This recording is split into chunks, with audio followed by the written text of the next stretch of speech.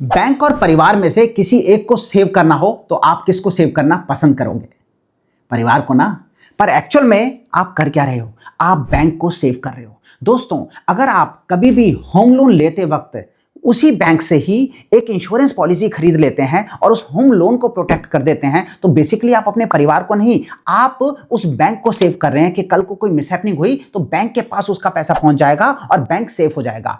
वहीं पे अगर यही पॉलिसी आप उस बैंक से ना लेके आप किसी इंश्योरेंस कंपनी या अपने इंश्योरेंस एजेंट से लेते तो आप अपने परिवार को सेव करते, क्योंकि अगर कल को कोई मिसहैपनिंग होती तो वो पैसा आपके परिवार को मिलता और आपका परिवार उस पैसे को लेके बैंक से नेगोशिएशन करने की सिचुएशन में आ जाता और बैंक के साथ सेटलमेंट कर लेता। कम अमाउंट भी पे करके काम चलाया जा सकता था या पूरा अमाउंट भी पे करने के बाद पैसा बचाया जा सकता था। बट ज्यादातर केसेस में ज्यादातर लोग परिवार और बैंक में से बैंक को तो सेव कर देते हैं पर परिवार को सेव करना भूल जाते हैं। अगर आप अपने परिवार को सेव करना चाहते हैं तो हमेशा याद रखें, किसी ना किसी ऑथराइज्ड एजेंट से ही पॉलिसी खरीदें, क्योंकि उस केस में आप अपने परिवार को सेव कर रहे हैं। इसी तरीके की इंपॉर्टेंट इंफॉर्मेशन जानने के लिए और फाइनेंस रिलेटेड टॉपिक्स को समझने के लिए मुझे फॉलो करना मत भूलिएगा। Thank you so much.